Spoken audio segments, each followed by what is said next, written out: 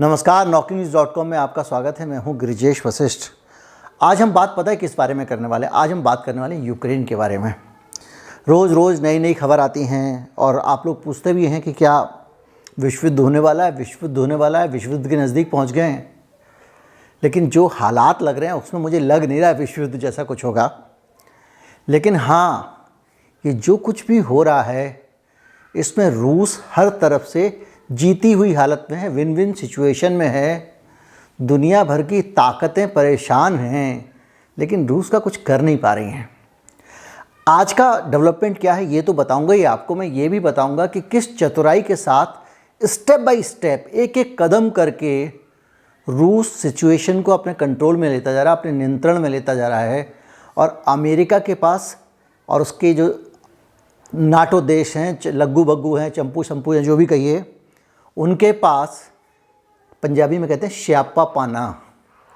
स्यापा पाने के अलावा कोई और रास्ता नहीं बचा है। रोना गाना चल रहा है। भारत स्मार्ट प्ले कर रहा है, हमारी सरकार बहुत तरीके से प्ले कर रही है। और पूरा मामला क्या है, किस तरह से ये कहानी कहाँ तक पहुँची है, इसको सरल भाषा में समझाऊंगा। कहीं मत जाइए, चैनल को सब्सक्राइब कर लीजिए। अगर आप इस चैनल को सपोर्ट करना चाहते हैं तो हमारा UPI ID आपको डिस्क्रिप्शन में मिलेगा, कमेंट में मिलेगा और स्क्रीन पर एक बारकोड की शक्ल में मिलेगा। उसके ज़रिए आप भुगतान कर सकते हैं। मैं अभी हाजिर हुआ।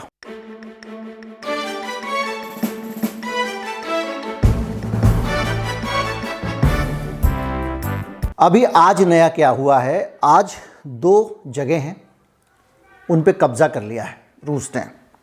नाम है उसका डोनेस्क और लुहांस्क। डोनेस्क और लुहांस्क पे कब्ज़ा कर लिया है, ऐसे रूस ने कब्ज़ा कर लिया उनके इलाके में, ऐसा कुछ नहीं है।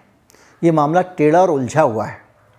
ये ठीक उस तरह का मामला है जैसे कि आप ये मान के चलिए कि आपके घर में और आपका पड़ोस वाली एक बिल्डिंग है, उनके बीच में झगड़ा चल रहा है और उनके यहाँ 2 किराएदार रहते हैं नीचे वाले घर में।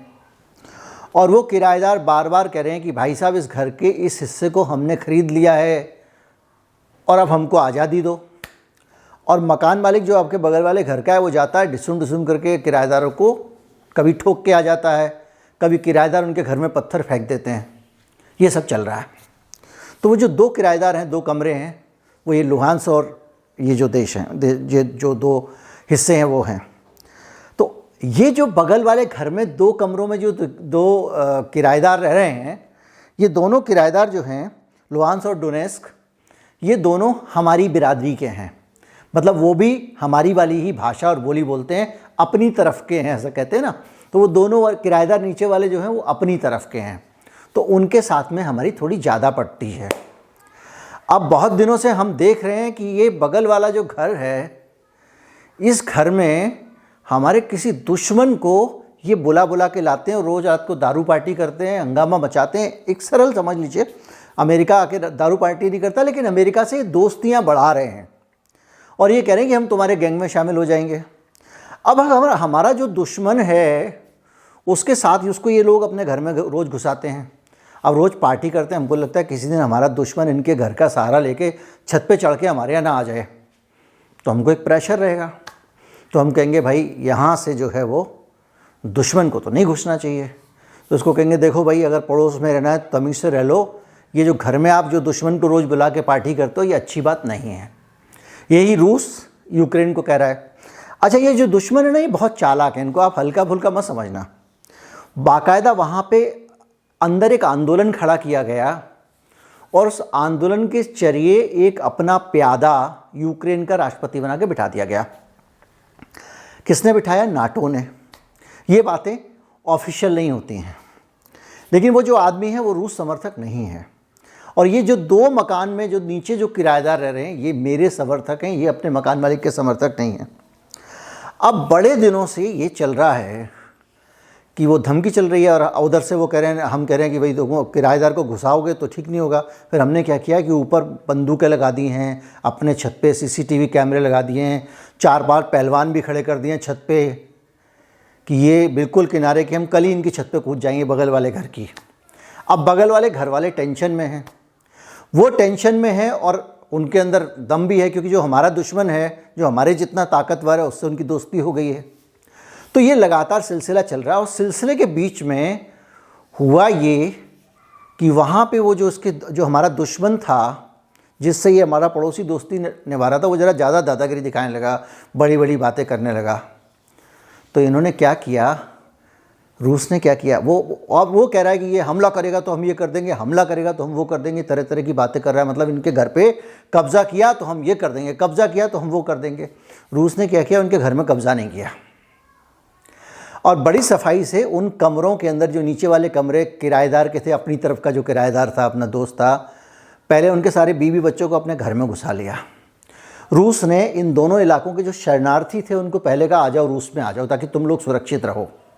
अब वो इलाका हो गया खाली, उस कमरे में 1-2 लोग ही रहते हैं। वो कौन से लोग रहते हैं, जो लट्ठैत वठैत जो हैं, जो किराएदार हैं वहाँ के। अब रूस ने क्या किया कि भाई साहब, ये जो किराएदार हैं ये मुकदमा जीत चुके थे हमारी जानकारी में। हालांकि रूस ने पहले कहा था कि हम मिलजुल के रहेंगे, या मामलों में नहीं घुसेंगे वो, लेकिन उस समझौते को, मिन्स्क समझौते को तोड़ दिया। और अब कहा कि भाई ये जो 2 किराएदार हैं, इनके घर की रक्षा करना हमारा फ़र्ज बनता है, और हम इनको घोषित करते हैं कि इनका मकान स्वतंत्र मकान है। और अपने पहलवान 4-6 उन कमरों में घुसा दिए हैं। रूस ने इन दोनों जगहों पे क्या किया कि अपनी सेना को घुसने के आदेश दे दिए कि भाई जाओ आप वहाँ पे, जो लोग, जो दरअसल क्या है कि वो उनको स्वतंत्र देश की मान्यता दी थी। ये जो दोनों कमरे में किराएदार रहते थे कि भाई आपको स्वतंत्रता की मान्यता दी, और वहाँ जो बागी थे उनको समर्थन देना शुरू कर दिया। और अब अगला ये कह दिया है कि हम उनकी सीमाओं की रक्षा करेंगे। उनकी सीमाओं की मतलब यूक्रेन से इनको स्वतंत्र घोषित कर दिया और कहा कि हम अब यूक्रेन से तुमको बचाएंगे। यानी उस किराएदार को स्वतंत्र घोषित कर दिया और कहा हम तुम्हारी रक्षा करेंगे। अब यहाँ से पहलवान भेज रहा है, रूस अपनी तरफ से सेना वहाँ पे घुसा रहा है। अब जब रूस सेना घुसा रहा है तो अमेरिका की तो यूएन में बहुत चलती है। अब आपने सब संयुक्त राष्ट्र में कितनी चलती है, कोरोना काल में सब देख लिया होगा। तो उसने सबको इकट्ठा किया, देखो ये कर रहा है, वो कर रहा है, सैंक्शन लगाएंगे। रूस अपना काम कर रहा है लगातार, ये उछल रहे हैं, कोई जा रहा है, कोई समझौते की बात कर रहा है, कोई कुछ कर रहा है, रूस अपना काम कर रहा है। अब रूस ने क्या किया कि हम इनकी रक्षा करने जा रहे हैं। तो अभी तक तो रूस को आप कहते थे वो हमलावर है, अब वो हमलावर नहीं रहा, वो पड़ोस वाले जो नीचे 2 कमरे वाले हैं उनके कमरे की हिफाजत करने जा रहा है। तो वो सेवियर होके जा रहा है। अब वो हमलावर नहीं है, वो रक्षक के तौर पे जा रहा है। कहेगा इनकी रक्षा करने का अधिकार है, ये देश पहले से लड़ रहे थे, इनको हमने मान्यता दे दी, अभी तक मान्यता नहीं दी थी। जैसे अफ़गानिस्तान को मान्यता नहीं मिली हुई है, अचानक भारत कहे कि हमने इनको मान्यता दे दी अफ़गानिस्तान को, आज से तालिबान को, और इनके ऊपर जो पाकिस्तान या उधर से जो दूसरे देश हमला करेंगे उनकी हम रक्षा करेंगे, और हम अपनी सेनाएं भेजते हैं अफ़गानिस्तान की रक्षा करने के लिए। ये कर दिया। अब ये करने के बाद में एक और रायता हो गया। वो जो 2 किराएदार हैं ना, उन किराएदार के घर के अंदर ही बिजली का मीटर लगा हुआ है, वहीं से पानी की लाइन जा रही है, वहीं से पूरे घर की पूरी सप्लाई है।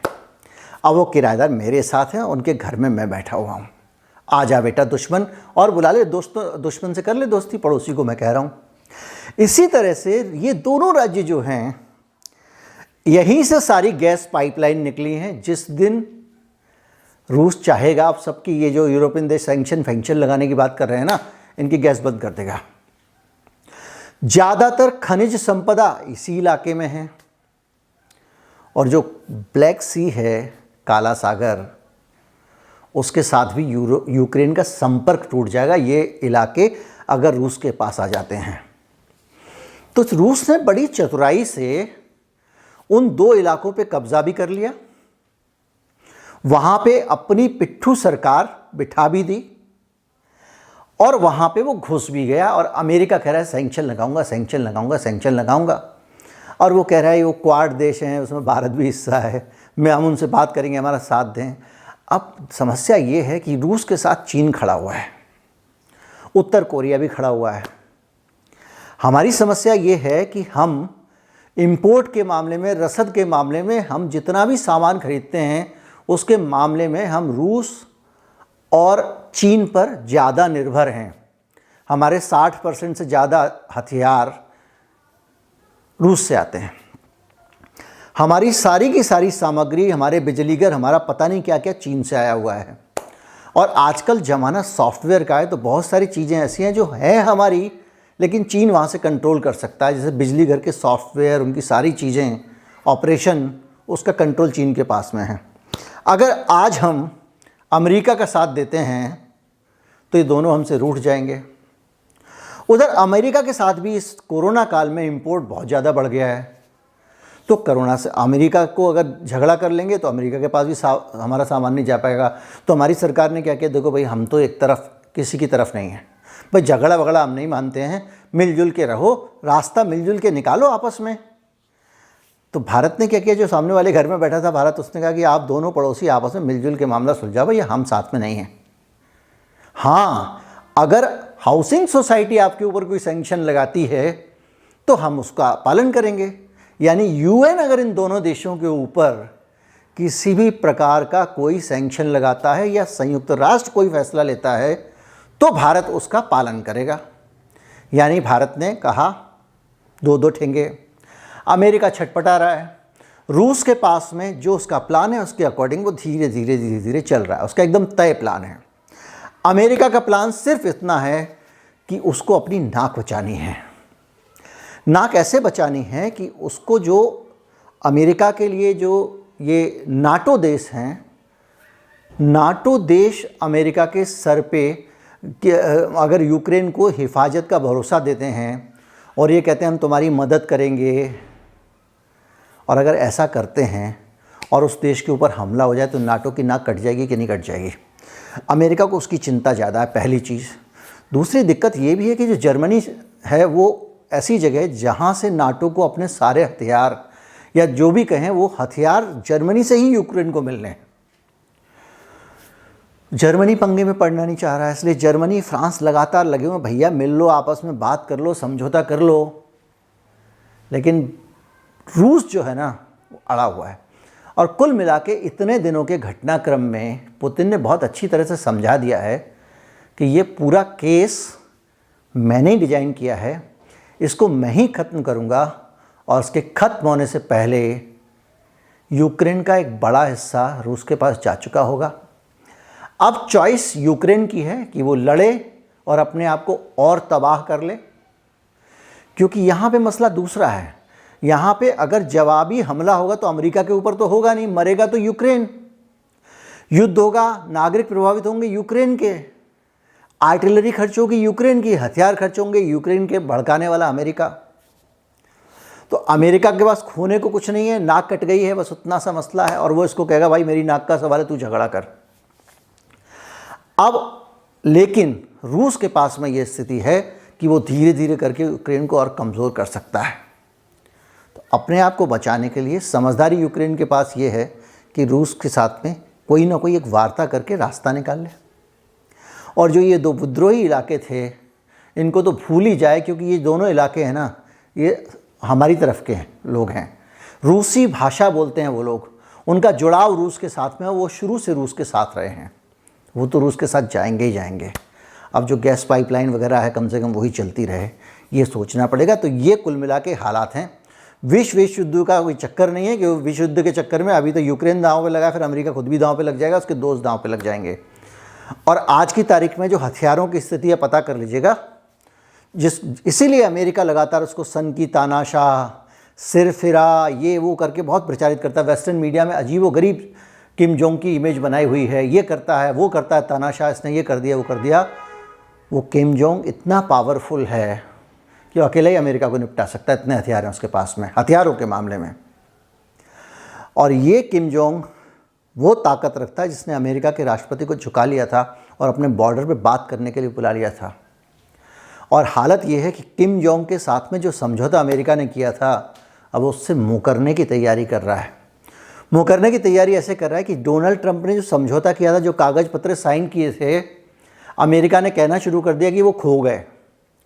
खो ही नहीं गए कह रहा है, वो कह रहा है कि वो जो डब्बों में बंद कर करके ना अपने साथ ले गए डोनाल्ड ट्रंप।